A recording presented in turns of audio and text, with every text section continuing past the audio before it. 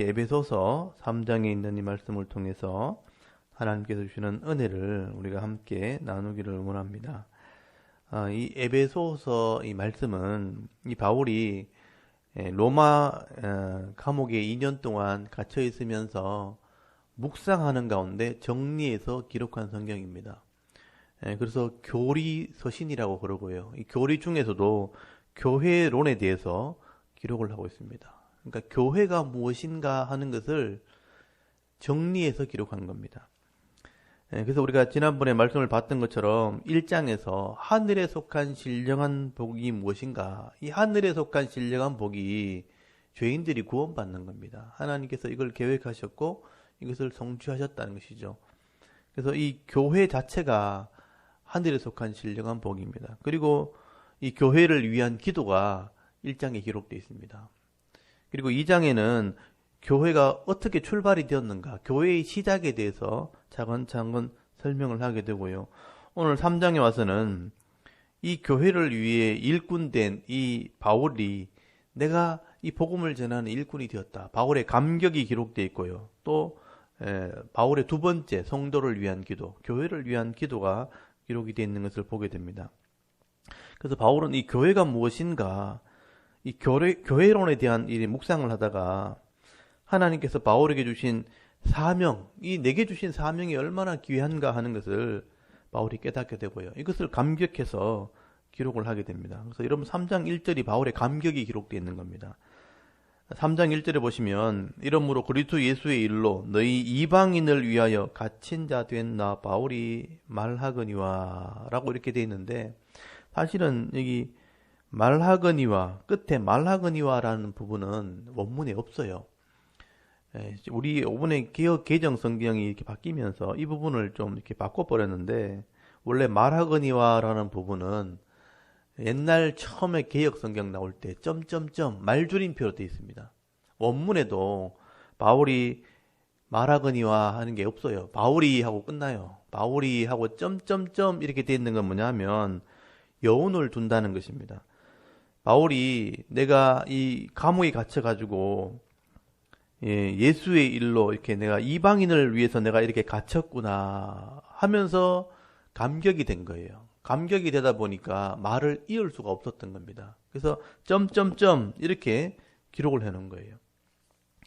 그래서 이방인을 위해서 복음을 전하다가 내가 갇혀서 이렇게 내가 이 글을 쓰고 있는 것이 너무 감사한 거죠. 그래서 이게 뭔가 할 때 하나님의 계획이었구나, 하나님의 뜻이었구나, 이거를 이제 바울이 표현을 할 때 이거를 은혜의 경륜이라는 표현을 쓰게 됩니다. 그래서 2절에 나오는 이 말이 굉장히 중요한 말인데, 너희를 위하여 내게 주신 하나님의 그 은혜의 경륜을 너희가 들었을 터이라. 여기 은혜의 경륜이란 말이요, 이 두 가지 단어가 합쳐진 말입니다. 여기 경륜이란 게 오이코노모스라는 말인데, 어떤 가정의 책임을 맡은 사람, 그러니까 이 청직이란 뜻입니다. 청직이. 그리고 은혜라는 것 자체가, 은혜, 카리스라는 것은 받을 자격이 없는 사람에게 주시는 것을 은혜라 그러거든요. 그래서 내가 청지기로 어떤 자격이 되지 않는데 은혜로 받을 자격이 없는 내게 이런 직분을 내게 맡기셨다. 이 청지기의 직분을 내게 맡기셨다라는 의미입니다. 은혜의 경륜. 하나님이 이렇게 자격이 없는 자를 불러가지고 이런 큰 사명, 큰 청지기로 나를 부르셨는데, 그게 뭐냐? 이 죄인을 구원하는 소식을 알리는 역할. 이게 교회를 세우는 역할을 내게 맡겨졌다는 것입니다. 이 바울이 감옥에서 지난 날을 이렇게 돌아보면서 복음을 전하고 성도가 세워지고 교회가 이게 세워지는 모습을 이렇게 봤는데, 이 교회를 위해서 편지를 쓰다 보니까 이게 다 하나님의 계획이었구나, 하나님의 놀라운 경륜이었구나 하는 것을 바울이 깨닫게 된 것입니다. 여러분, 죄로 말미암아 죽었던 자들, 가만히 두면 그냥 영원히 지옥불에 가서 고통을 받을 그런 사람들을 하나님이 이렇게 바울을 부르셔가지고 바울을 통해서 복음을 전하게 하시고 교회를 세우게 하셔서 하나님이 복을 주셨구나, 하나님 나라에 들어가는 그런 복을 알게 하신 것 자체, 이 교회를 세우게 하신 것 자체가 하나님의 놀라운 계획이었다, 은혜였다는 것을 바울이 알게 된 것이죠. 그래서 여러분 3절에 보시면 죄인이 구원받는 것 자체가 원래 비밀이었어요. 비밀. 아무도 모르는 것이었습니다. 그런데 바울이 알게 되었고 바울이 전하게 되어서 그것이 하나님의 은혜였다는 것을 이제 깨닫게 된 것입니다. 3절을 보시면요. 곧 계시로, 이 계시는 열어서 보여준다는 뜻이거든요. 열어서 보여주셨는데 내게 비밀을 알게 하신 것은 내가 먼저 간단히 기록함 같으니 그것을 읽으면 내가 그리스도의 비밀을 깨달은 것을 너희가 알 수 있으리라. 이 그리스도의 비밀, 이게 죄인이 구원받는 거거든요. 이것을 열어서 내게 알게 하신 것입니다.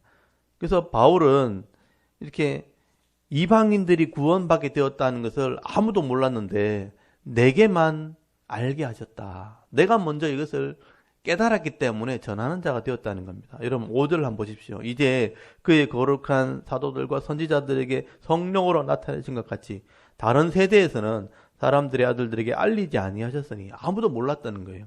이는 이게 뭐냐? 이방인들이 복음으로 말미암아 그리스도 예수 안에서 함께 상속자 되고 함께 지체가 되고 함께 약속에 참여하는 자 됨이라. 이방인들이 여기 복음으로 말미암아 예수 안에 함께 이제는 상속자가 되었구나. 이방인도 하나님 자녀 될 수 있다는, 하늘나라 들어갈 수 있다는 것을 알게 하신 거예요.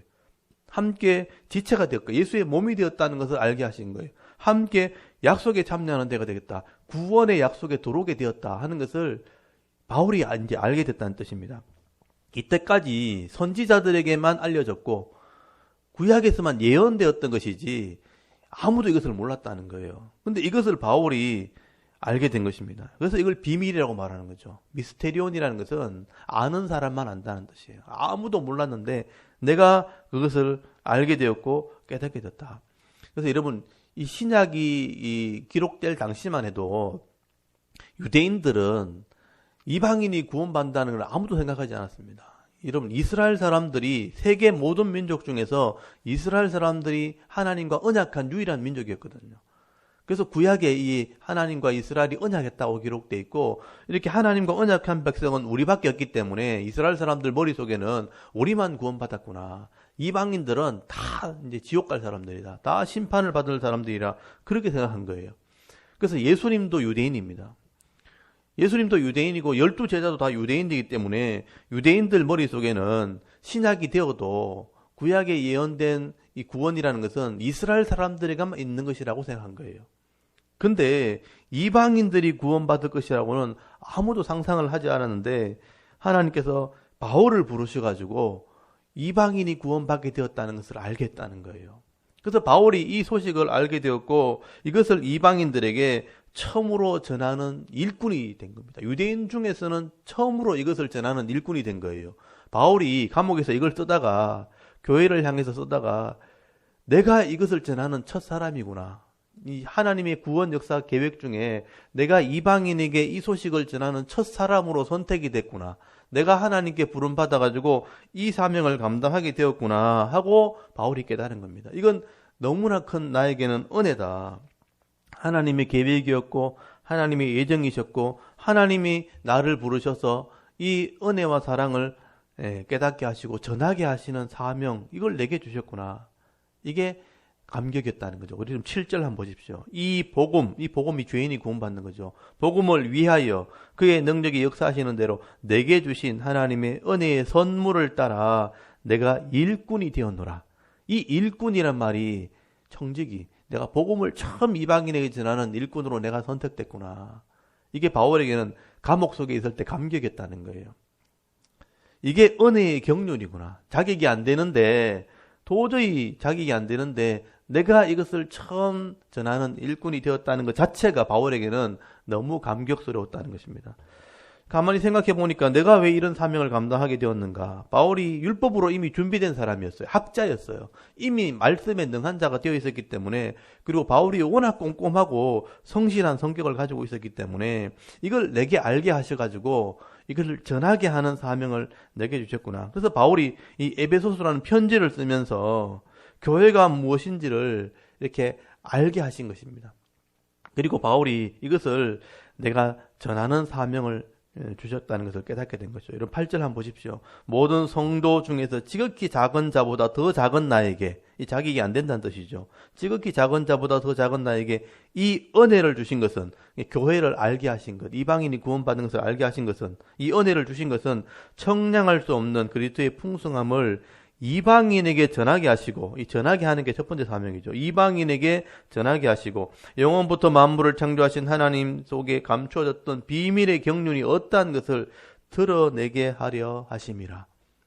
여러분, 이방인에게 전하게 하시고 드러나게 하는 게 바울의 사명이었습니다. 바울이 에베소서를 쓰기 전에는 아무도 이걸 몰랐다는 거예요. 이걸 알고 성경에 기록을 했고 이것을 읽게 될 때, 하나님께서 이걸 이미 계획하셨구나. 그래서 예정이란 말, 또 하나님께서 우리를 미리 선택했다는 말, 하나님이 계획했다는 말이 에베소서에 굉장히 많이 나옵니다. 그래서 이걸 아무도 몰랐었는데 바울이 이걸 정리해서 기록을 한 거죠.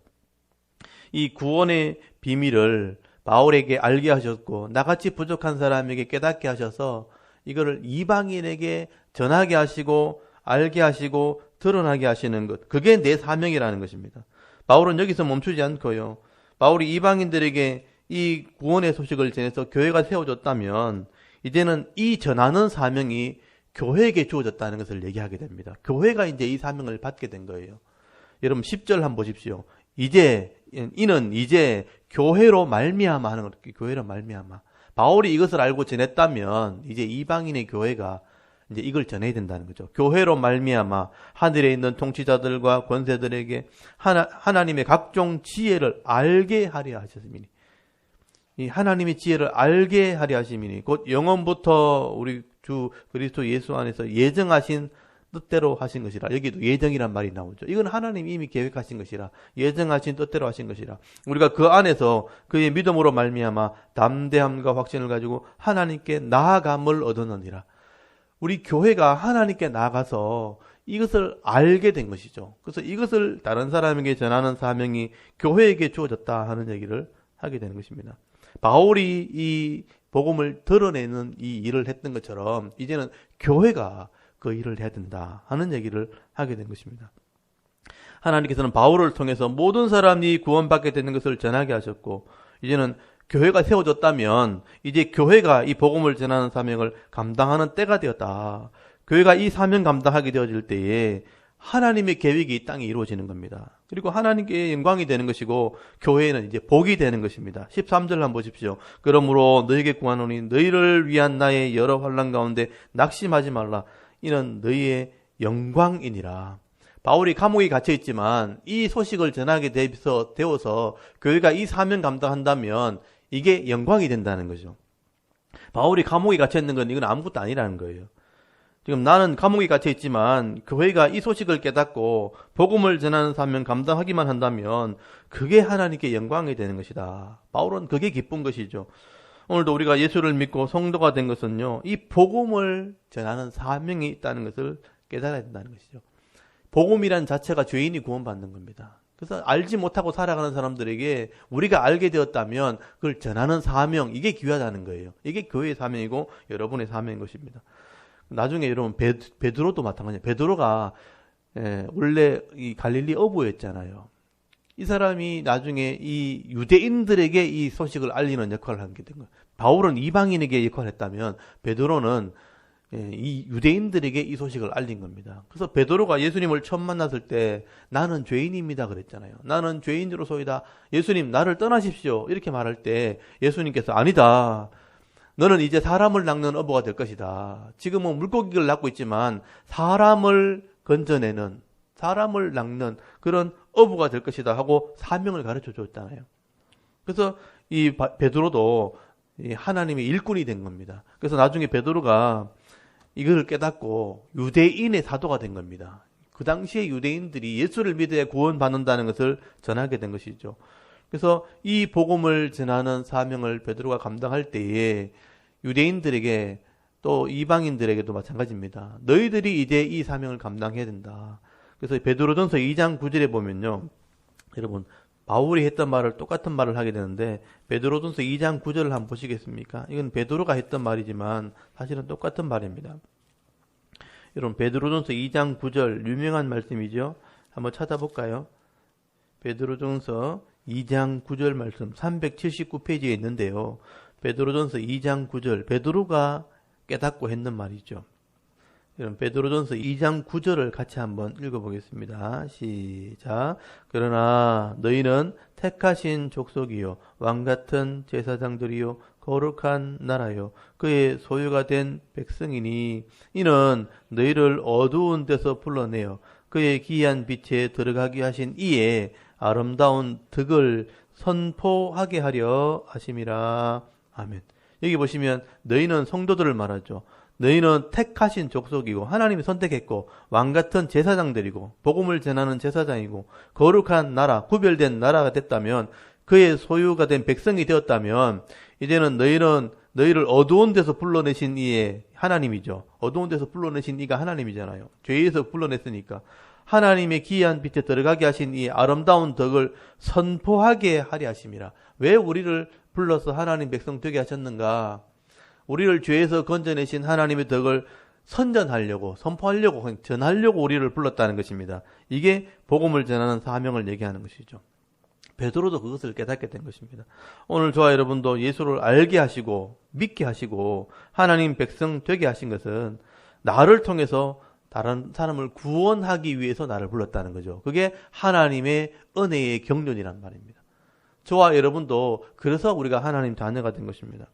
그래서 하나님의 은혜의 경륜을 따라서 우리가 예수를 믿게 되었다면 나도 다른 사람에게 이것을 알리는 일들을 해야 되는 거죠. 그래서 자녀를 주신 것이고요. 이웃을 주신 것이고 내가 만나는 사람들을 만나게 하시는 은혜를 주신 것입니다. 그래서 나 때문에 구원받을 사람이 이 땅에 있다는 거예요. 그래서 내가 믿음 생활을 잘하고 바른 믿음의 빛의 삶을 살아가게 될 때 내 이 빛의 삶을 보면서 구원받을 사람이 있다는 거죠. 그것을 전하고 깨닫게 하고 구원받게 하는 것이 나의 사명이 되는 것입니다. 여러분 제가 목사가 된 것도 사실은 자격이 없지만 말씀을 가르치는 사명을 감당하게 하시려고 목사를 삼으신 것이죠. 제가 이것을 수없이 깨닫게 됩니다. 나를 통해서 많은 사람들이 하나님을 알게 되는 역사가 있는 거죠. 말씀을 깨달았을 때 내가 하나님 백성 되었구나, 하나님 자녀 되었구나, 바른 삶을 살아야 되는구나 알게 하려고 저를 목사 삼으신 거죠. 그래서 끊임없이 하나님 말씀을 가르치고 전하는 사명을 감당하게 되는 것입니다. 그러므로 내가 이 사명 감당하게 되어질 때에 여러분 나도 은혜가 있고 나도 기쁨이 있는 것이고요. 또 제가 이 전하는 말씀을 통해서 많은 사람들이 하나님 백성이 되어질 때 이 땅에 교회가 세워지는 그런 은혜가 있게 되어지는 것입니다. 오늘 저와 여러분도 이런 각자에게 은혜의 경륜이 있다는 것을 여러분 잘 깨달으시고요. 이 복음을 전하는 사명 우리가 감당하게 되어질 때에 많은 사람들을 옳은 대로 하나님께로 인도하게 될 때 이 다니엘서에 기록된 것처럼 하늘의 별과 같이 빛나는 그런 은혜와 복을 받아 누리는 믿음 있는 성도가 될 수 있기를 간절히 소원합니다. 그리고 이 두 번째로 거기 14절 이하에 보시면 이 바울의 교회를 위한 기도, 성도를 위한 기도가 나옵니다. 이게 두 번째 기도입니다. 1장에 바울의 기도가 하나 나오고요. 여기 3장에 바울의 두 번째 기도가 나오는데 바울이 이 사명을 감당했듯이 교회가 이 복음 증거의 사명 감당하기 위해서 이런 은혜가 있어야 된다. 바울이 성도를 위해, 교회를 위해 기도하는 내용이 나옵니다. 그리고 14절을 보시면요. 이러므로 내가 하늘과 땅에 있는 각 족속에게 이름을 주신 아버지 앞에 무릎을 꿇고 비노니. 이 감옥에 갇혀가지고 무릎을 꿇고 기도한다는 것. 빈다는 말은 기도한다는 말이죠. 하나님께 이 성도를 위해서 기도한다. 바울은 이 아버지 앞에 무릎을 꿇을 때마다 이 성도와 교회가 이 사명 감당하게 해달라고 기도한다는 겁니다. 여러분 16절 보시면요. 그의 풍성한 영광의 풍성함을 따라 그의 성령으로 말미암아 너희 속사람을 능력으로 강건하게 하시오며. 이게 첫 번째 기도 제목입니다. 영광의 풍성함을 따라 하나님의 영광의 풍성함을 따라 그의 성령으로 말미암아 너희 속사람이 능력으로 강건하게 해달라. 이게 첫 번째 기도 제목인데요. 이 속사람이 뭐냐 하면 내 속에 있는 사람, 내 인격을 말하는 겁니다. 내 인격이 좀 강건했으면 좋겠다. 강했으면 좋겠다. 왜 이런 기도를 하게 되면요. 왜 이런 기도를 하게 되냐 하면 교회 안에 사람들이 자꾸 상처를 받게 되는 거예요. 신앙이 성숙하지 못하니까 우리가 인간적으로 서로 이렇게 잘 안 해주게 되면 마음이 섭섭해지기도 하고 삐지기도 하고 낙심하기도 하고 또 어떻게 되면 교회를 이렇게 떠나기도 하고 또 막 화를 내기도 하고 서로 막 싸우게 되는 일들이 막 일어나게 되는 것은 다 우리 속사람이 약해서 그렇다는 거예요. 속사람이 성숙하지 못하고 우리 인격이 온전히 신학으로 성숙하지 못하게 되어지면 자꾸 이렇게 싸우는 일들이 벌어지게 되고 실망하는 일이 벌어져서 교회에 상처를 받게 되는 일이 벌어지게 되는 것입니다. 그래서 우리가 내 속사람이 좀 강했으면 좋겠다. 이게 바울의 첫 번째 기도 제목이에요. 우리 마음이라는 것, 사람의 마음이라는 게 강해야 되는데 이 사람의 마음이 어떻게 강해지는가? 결국 단련을 받아야 됩니다. 훈련을 해야 되는데 여러분 잠언 17장 3절에 보면 도가니는 은을, 풀무는 금을 연단하거니와 여호와는 마음을 연단하시느니라. 이런 마음이 연단이 되어야 되는 거예요. 마음이 말씀으로 또 사람들을 통해서 연단이 되어질 때 속사람이 강해지는 겁니다. 강건하게 되어졌을 때에 어떤 일을 당해도 실망하지 않고 낙심하지 않는 그런 사람으로 단련이 되어지는 것이죠. 그래서 우리가 먼저 우리 속사람을 위해서 기도해야 된다는 거죠. 내 마음이 더 넓어지도록 또 강해지도록 여러분 먼저 기도할 수 있기를 바랍니다. 내 자신을 위해서 기도하셔야 되겠지만 여러분의 자녀들이나 여러분의 믿음의 형제들, 성도들의 속사람이 강해지도록 기도하셔야 됩니다. 우리 자녀들이 어떤 어려움을 당해도 실망하거나 낙심하지 않도록 우리 자녀들의 속사람을 강건하게 하옵소서. 사람을 만났을 때 또 말씀을 부딪혔을 때 그 말씀을 통해서 속사람이 강해지도록 여러분 기도할 수 있기를 바랍니다. 속사람이 강해져야 담대하게 되는 겁니다. 그래서 이길 수 있는 것이죠. 그리고 두 번째 기도 제목은 예수의 사랑을 좀 알았으면 좋겠다. 여러분 17절에 보시면 우리 마음에 그리스도께서 좀 계셨으면 좋겠다. 그리고 그리스도의 사랑에 이 뿌리를 박아서 그리스도의 사랑을 좀 알았으면 좋겠다. 사랑을 알게 달라는 겁니다. 여러분 예수님께서 우리를 위해 십자가에 죽으시고요. 또 우리를 위해서 하나님 말씀을 전하시고 우리를 위해서 헌신하셨다는 것. 그 하나님의 사랑, 예수 그리스도의 사랑이죠. 그 예수 그리스도의 사랑을 좀 알게 해달라. 여러분 예수의 사랑을 알지 못하면 우리는 욕심대로 신앙생활을 할 수밖에 없습니다. 그래서 예수의 사랑을 알아서 믿음으로 바른 신앙생활을 하게 해달라 기도하게 되는 겁니다. 여러분 하나님의 사랑, 예수의 사랑을 알지 못하면 우리는 내 이 생각대로 신앙생활을 하게 되는데요. 고린도전서 13장에 보면 이런 사랑 없이 하는 은사라든지 사랑 없이 믿으려고 한다는 것, 사랑 없이 내가 수고하고 헌신하는 것은 그냥 아무것도 아니다, 헛것이다 라고 표현하죠. 사랑 없이 하는 것은 다 아무것도 아니다 이런 표현이 나오는 겁니다. 사랑 없이 헌신하고 사랑 없이 봉사하고 사랑 없이 기도하는 것은 그냥 자기 자랑밖에 안 되는 겁니다. 사랑은 대가를 바라는 게 아닙니다. 하나님께서 우리를 사랑하신 그 사랑은 그냥 거저 주는 사랑이죠. 그 사랑 때문에 우리가 구원을 받았고 그 하나님의 사랑, 예수 그리스도의 사랑 때문에 우리가 하늘의 복을 받게 된 것이죠. 그런데 그 사랑을 받은 성도들이 그 사랑을 알지 못하면 그냥 자기 자랑, 자기 공로를 드러내려고 하는 교만한 신앙생활을 할 수밖에 없는 것입니다. 그래서 바울은 이 복음을 전하는 사명 감당하는 자들에게 이 하나님의 사랑, 예수 그리스도의 사랑을 좀 깊이 알았으면 좋겠다. 이게 기도 제목입니다. 하나님의 사랑을 알면요, 헌신할 수 있고 믿음으로 순종할 수 있습니다. 그래서 거기 19절 한번 보십시오. 그 넓이와, 너비와 길이와 높이와 깊이가 어떠함을 깨달아 하나님의 모든 충만하신 것으로 너에게 충만하게 하시기를 구하노라 기도한다 라고 말씀하죠. 이 예수의 사랑의 넓이, 예수의 사랑의 깊이, 또 예수의 사랑의 높이가 어떠함을 좀 깨달았으면 좋겠다. 바울이 그렇게 표현한 것입니다. 그래서 이 하나님의 충만하신 것으로 너에게 충만하게 되기를 구한다. 하나님의 충만이 임하게 해달라고 그렇게 성도를 위해서 기도하는 것이죠. 여러분 하나님의 이 넓은 사랑, 하나님의 충만함이 임하게 되어질 때에 모든 사랑을 다 이렇게 모든 사람들을 다 사랑할 수 있고 이해할 수 있는 넓은 마음을 가지게 되는 겁니다.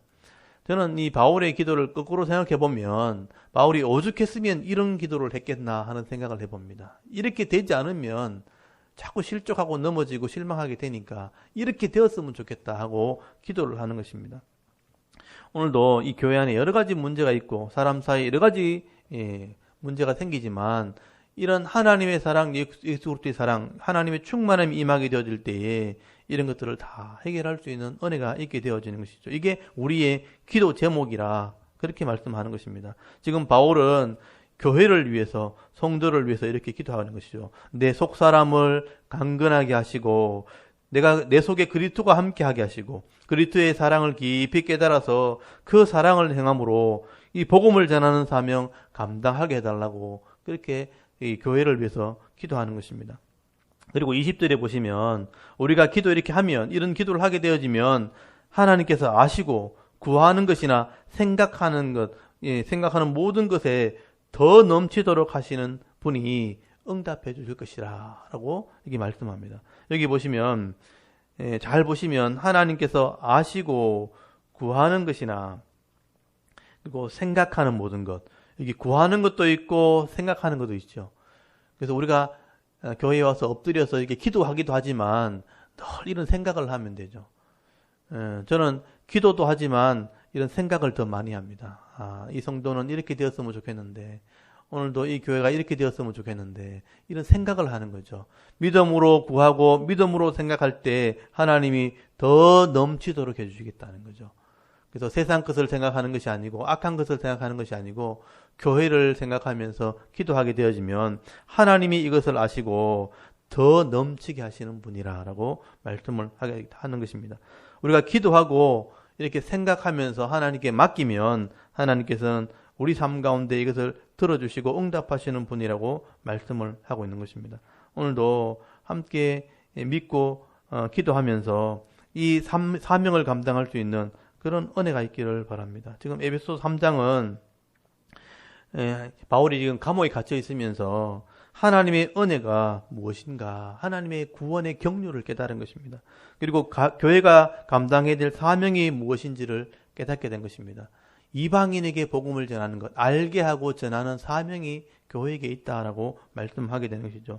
여러분, 오늘 저와 여러분들이 내가 어떻게 하나님의 자녀가 되었는가, 어떻게 직분자가 되었는가, 은혜의 경륜을 깨달으시고, 그리고 내 사명은 뭔가, 내가 누구를 구원하고 전해야 될 사명이 있는가, 이 사명을 깨달으시고 이것을 위해서 기도하며 나아갈 때에 하나님이 더해 주시고 또 응답해 주시는 이 풍성한 은혜를 받아 누리며 살아갈 수 있는 저와 여러분의 신앙의 삶이 될 수 있기를 주의 이름으로 축원합니다. 아멘. 잠깐 기도드리겠습니다.